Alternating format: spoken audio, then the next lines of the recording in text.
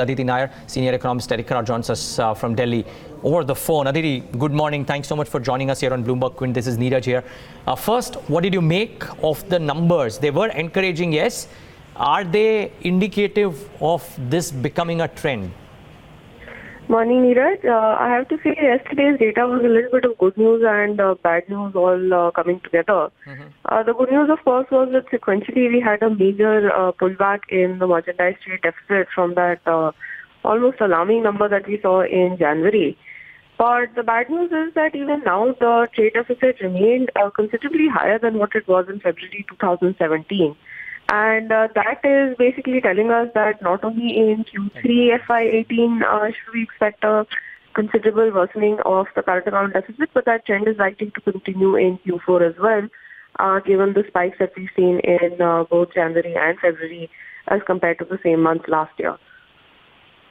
Aditi, the most bullish of voices would also be having at the back of the mind what could happen on the international front. Sure enough, selective exports may have gone up, but there are 2 or 3 roadblocks. I mean, while whatever the US has done right now is not in pockets wherein India exports big, there is no saying that that will not come at some point of time in the near future. Add to that, if you think that there could be some pockets of individual weakness that could come in as a result of all that's happened in the gems and jewelry space in the recent past, and a potential setback that it could have to that space over the course of the next 3 to 6 odd months? You know, certainly as far as exports is concerned, it's a bit of a mixed outlook that we're seeing. Global, growth is likely to pick up, and that should be supporting exports and demand for Indian exports. But there are all of these other specific issues, including what's been announced by the US yesterday, as well as the issues facing the gems and jewelry sector, like you just mentioned.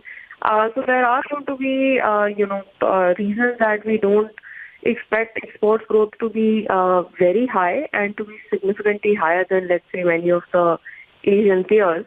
At the same time, commodity prices and the level that they stabilize at will also play a role in the value of export growth. So a lot of different trends going around in that sense. Looking at what happened in February in terms of the sectors, we actually had a contraction in textiles, iron ore, engineering goods, and gems and jewelry. So those are very different sectors.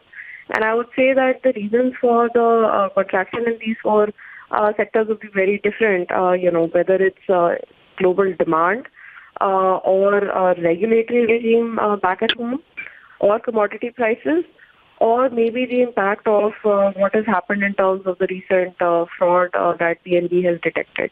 So very different reasons leading to contraction in export in 4 very diverse and, some of them being very labor-intensive sectors as well. So we need to see whether these trends continue going forward. And at the same time, higher commodity prices have allowed exports of chemicals and petroleum products to grow by around 30% in value terms.